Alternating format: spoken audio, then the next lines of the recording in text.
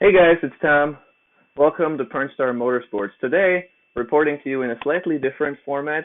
Ever since I got into drifting, I always made it a point to have a plan for my schedule for the whole season, and so I always put together a calendar of sorts. And people apparently like the idea of having the events in our region consolidated, so they've always asked me to share it. So I figured, heck, why not? I've made some improvements this year, so in the description of this video, there will be a link for you to download an Excel sheet that has what I call the Great Lakes Drift season on it. So April through October. It's got a lot of the events on there that you guys would expect. When you look at the clubs that I've already got covered on here, it's quite the list. Club Loose 2, Club FR, Drift Indy, some, not all, of EP Automotive, Drift Evergreen, the applicable grid life stuff, MI Drift, Mike Knapp's events, the gambler, Drift Pony, Ready Set Drift, Riverside Drift, and the surprisingly close Canadian event Top Drift. When you pop open the sheet, you'll see that there are columns with the little filter icon so that you can just click that and then sort A to C either for the club or the tracks that you like, or probably most practically the actual date. With so many events on the calendar, there is of course going to be conflicts. And so what I added this year for my sheet is I put a little formula together in this column to count the conflicts. So when you sort this by date and you've got this huge list, you go through and you will instantly see which of those events are button heads on the schedule. So then it's up to you to decide, of course, which ones to pick. But I also like numbers when it comes to making decisions, so I put a formula in the sheet that allows you to rate the events. So I would suggest you sort it by track. You have the venue, the distance, and the seat time. Those are the three variables. What I would suggest is a rating scale of 1 to 5, and I would say 5 is the best, 1 is not so great. And then you just go in and based on your preferences, you say 1 to 5, how much do you like the venue? 1 to 5, how far is this from you? Meaning if it is closer, the number needs to be higher. And then, do you know that club? Which group are you in, A or B? How is the seat time there? Rate that from 1 to 5. What's then going to happen, you can populate that for a particular block if you sort it by the organization or by the venue, and then it'll give you a score. When you have those clusters of conflicts, on the right of it, you will see how you rated those events yourself, and it may help you with the decision making. Okay, so let's look at this real quick. What do we have here? In April, everything starts out with Club Loose 2's Winter Bash, 2-day event at Midvale. Midvale is an awesome track. Out of all the circle tracks that we've got, it's got some of the smoothest lines around the infield. It's prime. So I'm really stoked to see that that's first up, essentially. Up next, you got Drift Indy's Killcare season opener. And Killcare is another oval, also a well-flowing infield. Tons of seat time at Drift Indy events. Lots of people love that stuff. Then you'll see that we start running into some conflicts. So there is a US Air event that matches up with a Poconos event. And then the next day, you have Pit Race, Club Loose, which is a skid pad. And I'm honestly not a huge fan of skid pads. I will say, though, that Pit Race, after they repaved it, is the best skid pad that I've been on, personally. It's so smooth, it's ridiculous. And Club Loose 2 does a really good job now with the layouts. They get real creative on them, so it's definitely worth checking out. US Air, of course, is the famous kart track, and there's really early in the season, you already have a shot at driving there. Then, you look at what's coming up after, you'll see that there is West End Sportsland. That's actually a new venue, and I'm pumped to see what that's all about. The vibes I'm getting is that it's basically kind of like a kart course with some elevation changes. The little bit that I've seen about it looks real promising. So then there's another Killcare, and there's Evergreen. I haven't personally driven Evergreen, but something to check out. May.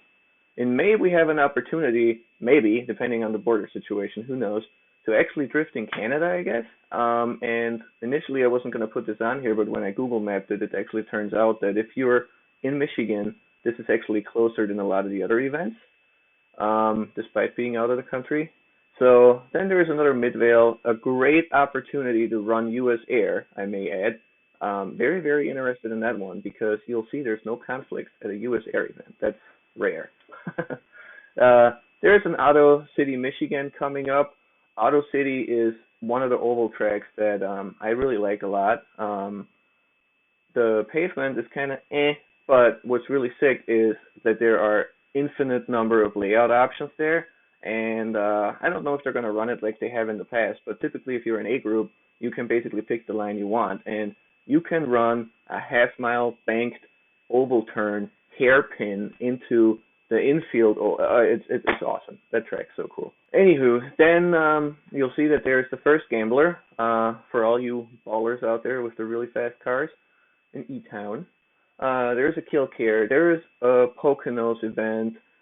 There's just so much going on, you know. Then there's another pit race thrown in, and then you have spring mats. So for those of you that aren't familiar with the Mats Erie events, I think that'll change this year because Lake Erie is now an FD track, right? And so that'll probably draw all kinds of attention. So the fall mats, spring mats, whatever, all those 3-day events at Lake Erie are always a riot, and I have a hunch that this year is going to be special because I would venture to guess they're probably booked, you know, just on account of that extra attention that track's getting with FD. And then, look at that, there's another U.S. Air with no actual conflict. How neat is that? June. June, you can see there that there's a Grid Life event at Gingerman, and I've driven Gingerman. Both grip and drift, and that track is ridiculous. If you want to have the fastest entries that as a grassroots guy you can get, then that's the one. There is another Evergreen right up, butted up there, and then MI Drift is hosting an event at MIS, and as a guy from Michigan, I'm stoked about that because, you know, MIS is basically in our backyard. They're going to make use of the portion next to the front straight, I guess, for skid pad. At least that was the plan last year. I have to assume that's going to be the plan for this year. Last year, COVID kind of all that, but this year it should work out, I'm thinking. And the idea of having a couple Japanese-inspired layouts, multiple tracks, you know, in a multiple-day event, this is just going to be rad, you know. Then you can see that there is another West End Sportsland one. That's that new track we talked about. Poconos, another U.S. Air without collisions. This year is like special for being able to hit U.S. Air without having conflicts for some reason. Then there is a Grid Life event at Autobahn. Not sure how booked that's going to be, if we can get in or not, but I haven't driven Autobahn. Love to check it out. Of course, Team Vibes clashes with that. It's the same weekend. Only cool kids get into Team Vibes. Will we get in? Who knows? Only ballers get into Grid Life. So we may not skid at all that weekend, but I'm hoping one of the two will work out. We'll see. Then there is a little event at Flat Rock Speedway. Flat Rock is a very honest-to-goodness grass-rooty venue. It's like a very small track. It's got a pretty steep bank, though, steeper than most. And it's a smaller oval. And you can actually link both bank turns and the straight, and that's pretty fun. So it's definitely something worth checking out. EP Automotive is putting those events up on there, so that's neat. Yeah, there's another day of vibes since they all, you know, clash. And then to round out the month of June, basically there's another pit race. Brings us into July, right? So gets kicked off with Kill Care by Drift Indy, and there's going to be their competition, the Diesel. I'm not sure. It's Drift Indy Street League. I call it Diesel. I hope that's okay. Then there's more Poconos fun, more U.S. Air, more pit race, everything piled on top of each other, as you can see.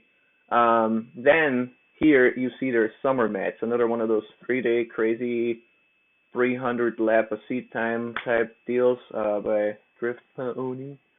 Also, of course, clashes with a Gambler and with a competition that Riverside is putting on, you know. So, man, July is gonna be tough. Like we need I don't even know if my own rating system is good enough. I may have to just bust out I don't know, dice or something.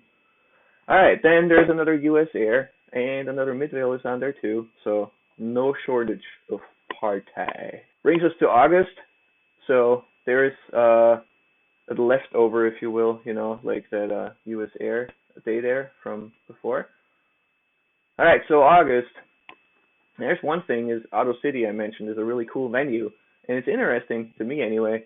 Auto City has typically been operated by the MI Drift team, and this year there is EP Automotive stuff going on at Auto City, and a 3-day event at that with, from what it looks like right now, almost no conflicts, and it's named Woodstock, and the Devil's Lettuce is legal in Michigan. Something tells me that this is going to be a bit of a party. And Auto City is one of those tracks when you have a multi-day event like that, they have lights. So pretty sure this is going to go way into the night, actually driving under the lights, which makes the smoke look just absolutely insane. So this could be a really, and I'm talking about the tire smoke. The tire smoke. All right. Club Loose. Here we have Pit Race again. There's another Gambler, Poconos. What do we else we got here? Yeah, they have a big event at Evergreen Raceway. I forgot what the name is, but I think that's like their biggest party of the year. There's another round of the Drift Indy Comp, and then the month ends essentially with, well, either you go to Drift Indy Comp or you go to Midvale, I guess. Those are the conflicts there. But yeah, it's overall, I mean, this is just, I mean, how can you not be excited about this? This is going to be awesome. All right, what do we have here? September is up next. September starts out with fall mats and almost collision free, I guess. Could maybe like, travel from one event to the next, up to you. But fall mats, just word of advice. For some reason, Lake Erie Speedway deceptively looks like it's in Pennsylvania, but it's actually the North freaking Pole. So last time I went to fall mats, I damn near froze to death sleeping in my truck. So plan ahead for that. For some reason, that place is just colder than it should be. Just consider that for fall mats. 2-day at MIS, man, that's going to be a tough one. Then there's another comp at Sportsland. Then you have another pit race. Then there's another Kill Care. So if you like hitting up Kill Care, there is the Kill Care event going down right then. That's No Star Bash. That's probably, as far as Drift Indy is concerned, that's probably their biggest thing, that everybody has heard of. No Star Bash is huge. So that's a 3-day jam right there. Couple collisions, but if you can't get in, at least there's backup options, right? Then there's more Evergreen, and then there's Midvale. And well, this is September, so that's like the season finale for Midvale. That's Thrash Bash, and dear sweet baby Jesus, it's Thrash Bash crazy. I absolutely love that. I want to say typically there is some Bloodmasters presence. I don't know what the plans are for this year, but typically you can see those guys shred. That's always cool. So keep that in mind. All right, and for me, that is the last month for the season because I don't really like freezing, in case you can't tell. So October starts out with a US Air, again collision free. I'm not sure how they did that this year. Then there is another event at the new tracks that Riverside is running. You've got another 2-day MIS. You've got a multi-day Poconos. There is another Drift Indy Kill Care event. So it's like October. It's like basically the whole month is a collision, right? It's like everybody's trying to squeeze in the last events before the weather gets nasty, and everybody's got their Halloween bashes and things. I mean, look at this. This is just, it's loaded. So yeah, man, I hope we can get enough tires this season.